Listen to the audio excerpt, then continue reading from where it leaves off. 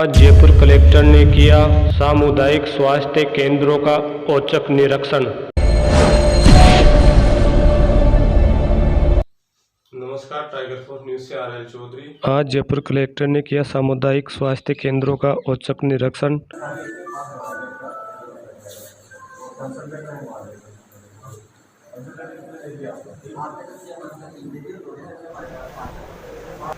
Rapid antigen test के लिए हर विधानसभा क्षेत्र में होगी मोबाइल वैन सुविधा, जिसके चलते कोरोना संक्रमण तोड़ने का ये रैपिड एंटीजन टेस्ट रामबाण साबित होगा। नहीं, ये क्या है कि जो बीएलओ को आगे, इसीलिए तो हमने एक मेरा गांव मेरी जुम्मेवारी नाम से एक प्रोग्राम चालू किया था। उसमें सरपंच से लेके वार्ड पंच सबको ऐड किया है। तो कम से कम उनको तो ये पता ही होता है कि सामने भाई गांव में ये तो पता ही लग जाता है कि फलाना आदमी बीमार है या और है। तो ऐसी परिस्थिति में उनको साथ में लेके, और आपको ये जान के खुशी होगी काफ़ी संख्या में लोगों ने आगे आए हैं और हमने काफ़ी मेडिकल किट्स जो है इस क्षेत्र में बांटे हैं। और धीरे धीरे सभी लोग, अब कोई भी आदमी छिपाएगा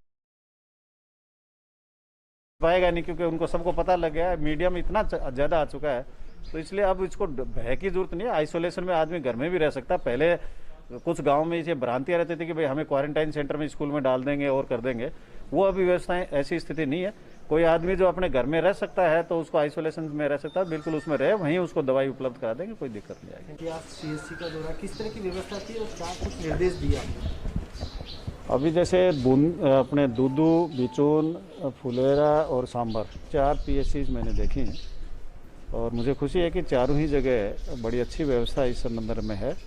फुलेरा में जैसे अच्छी बिल्डिंग बनी हुई है, बिचून की बहुत अच्छी बिल्डिंग है, दूदू में सीएचसी में इतना अच्छा नहीं था तो उसको हमने जो समाज कल्याण का जो छात्रावास है उसमें हमने उसको शुरू कर रखा है।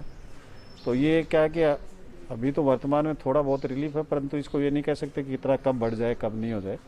तो ग्रामीण क्षेत्र के लोगों को, इधर के लोगों को यही सुविधा मिल जाए, उसी संदर्भ में ये सीएचसी को स्ट्रेंथन किया जा रहा है। क्योंकि ये भी जानकारी में आपने देख रहा है कि ये आ रहा है कि भी थर्ड वेव भी आ सकती है। तो ऐसी परिस्थिति में उससे पहले सीएचसीज को जितना स्ट्रेंथन कर दिया जाए उतना अच्छा है। अब इनको कल से हमने ऑक्सीजन सिलेंडर्स की भी सप्लाई शुरू कर दी है, ये आपने वहाँ से ले सकते हैं। तो ऑक्सीजन के ना हर सीएचसी को डेली 5 सिलेंडर ऑक्सीजन के हम प्रोवाइड कर देंगे। और बीसीएमएचओ को भी हम ये कोशिश करेंगे कि कुछ रेमडेसिविर भी उनको उपलब्ध करा दें।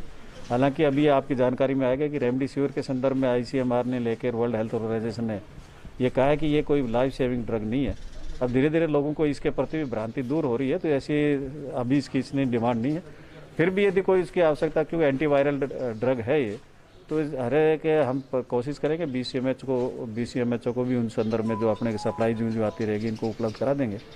और कंसनट्रेटर्स काफ़ी जगह इनको सब लगभग 5 से 8 के करीब इनको उपलब्ध हो रहे हैं। कोई भमासाओं से हो गए, 3 सरकार ने दिए, 3 और दे रहे हैं। तो ऐसी परिस्थितियों में और हर इनके पास सिलेंडर्स जितने भी हैं उनको हम भरवा देंगे। तो उसके बाद में क्या है कि यहीं पर इसका इलाज, जो लोग हैं ना, इतनी दूर नहीं जाना पड़ेगा और यहाँ पर इलाज हो जाएगा। कोई क्रिटिकल होगा या किसी की दिक्कत होगी तो वो एम्बुलेंस के माध्यम से जयपुर उसको रेफर कर दिया। इसके अलावा सर, सरकार भी मानती है, प्रशासन भी मानता है कि ग्रामीण अंचल में कोरोना संक्रमण की दर ज़्यादा है।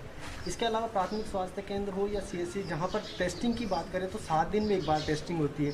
टेस्टिंग क्या बढ़ानी चाहिए ग्रामीण क्षेत्र में? क्योंकि जो दर है, मृत्यु दर, कुछ लोग वृद्धावस्था में मौत हो जाती है, उनकी पता नहीं चल पाता कि कोरोना से मौत हुई है, किससे मौत हुई। टेस्टिंग के लिए क्या नहीं, इस संदर्भ में जैसे आप ये जो बात कह रहे हो ना, कि इसी को ध्यान में रखते हुए आपको ध्यान होगा कि हमने पिछले 20-25 दिन से बहुत ही अग्रेसिवली ग्रामीण क्षेत्र में सर्वे का काम किया था। और उसमें जो भी सिम्टम्स वाला ILI सिम्टम्स का जो आदमी था उसको तुरंत हमने दवाई दी थी बिना जांच के भी, और ये अभी भी चल रहा है। और इसका मुख्य ध्येय यही था कि जांच हो नहीं हो, बट तो यदि ILI सिम्टम्स है तो कोरोना मानते हुए उसकी दवाई शुरू कर दी जाए। अब सरकार ने जो निर्णय भी लिया है कि रैपिड एंटीजन टेस्ट जो भी है वो भी शुरू किया है। यहाँ पर हर विधानसभा क्षेत्र में एक मोबाइल यूनिट, जो मेडिकल मोबाइल यूनिट शुरू कर दी गई है, उसमें रैपिड एंटीजन टेस्ट की सुविधा की है। वो जो भी ऐसा ILI सिम्टम्स के गांव में जो भी आदमी मिलेंगे, जहाँ जहाँ वो क्षेत्र में जाएंगे, हम पहले इस तरह में यही देखेंगे कि जो सर्वे में ILI सिम्टम्स वाले हैं उन गाँव में उसको पहले भेजकर और रैपिड एंटीजन टेस्ट करेंगे। तो रैपिड एंटीजन टेस्ट में जो पॉजिटिव आ गया वो पॉजिटिव है ही है। उसमें यह है कि कई बार उसमें जो नेगेटिव आता है वो भी पॉजिटिव हो सकता है, परंतु उनको जो भी ILI का है उनको सिम्टम्स को हम सारी की सारी दवाइयाँ उनको हर हालत में उसमें देंगे। और यहाँ जो टेस्टिंग की है तो रैपिड एंटीजन टेस्ट से अपने को काफ़ी फ़ायदा मिलेगा। बाकी RT-PCR टेस्ट का भी जो यह CHCs पर है उसके चूँकि अभी हमें CHO कुछ मिल रहे हैं, तो जो आदमी आ जाएंगे LD तो उसके बाद में यहाँ भी शुरू करवा इसके देंगे। अलावा ETV भारत ने सर्वे किया था, गांव में कुछ उप स्वास्थ्य केंद्र है जहां पर एक एएनएम रहती है, उनकी ड्यूटी भी अन्य जगहों पर लगा दी जाती है और उप स्वास्थ्य केंद्र पर ताले लटके मिलते हैं। ऐसे में जो लोग गांव में 7-8 हज़ार की आबादी है उसमें भी वो सुविधा नहीं मिल पाए, तो उप स्वास्थ्य केंद्र नहीं, ऐसा नहीं है। ऐसा वो जो है ना गलत सूचना है कि कहीं ड्यूटी नहीं लगाई जाती है। ANM की ड्यूटी हमेशा उसी गाँव में, क्योंकि हर गाँव में जो सर्वे चल रहा है उसमें ANM साथ रहती है। ANM के बिना तो दवाई कोई डिस्ट्रीब्यूट कर ही नहीं पा रहा है। तो वो अब चूंकि ये हो सकता है कि ANM उस समय सब सेंटर पर नहीं बैठ के गांव में दौरा कर रही है, तो ड्यूटी तो उसका सर्वे में करना है, तो वो घर पर जाके सर्वे करके एक आदमी उसके केंद्र पर आए। तो इसलिए CHC और PHC पर डॉक्टर के पास जाते हैं, वहाँ भी ILI सिम्टम्स का जो भी आदमी जाता है और उनको ये पाते हैं कि भाई, तो वहाँ भी उनको मेडिकल किट उपलब्ध कराया जाता है। इसलिए ये व्यवस्थाएं सुचारू रूप से चल रही है। और जैसे आप कह रहे हो कि संक्रमण दर ज़्यादा नहीं है, परंतु शहरों के बनस्पत ज़्यादा नहीं है, बट गाँव में भी संक्रमण हो गया है। ये पहली बार इस सेकेंड वेव के दौरान ये देखा गया है। तो ऐसी परिस्थितियों में CHC को स्ट्रेंथन करना, घर घर में ग्रामीण क्षेत्र में सर्वे करके उनको जो मेडिकल किट है वो उपलब्ध कराना, टेस्टिंग के बिना भी, तो ये काफ़ी काम इस संदर्भ में किया जा रहा है। और मैंने अभी DSCMH और उनसे बात भी की थी, इनके पास दवाइयों के पर्याप्त किट हैं, तो इसलिए सारी किट दे रहे हैं। उसका अच्छा रिजल्ट आ रहा है कि लोगों के जो है ना इसको लाभ मिल रहा है।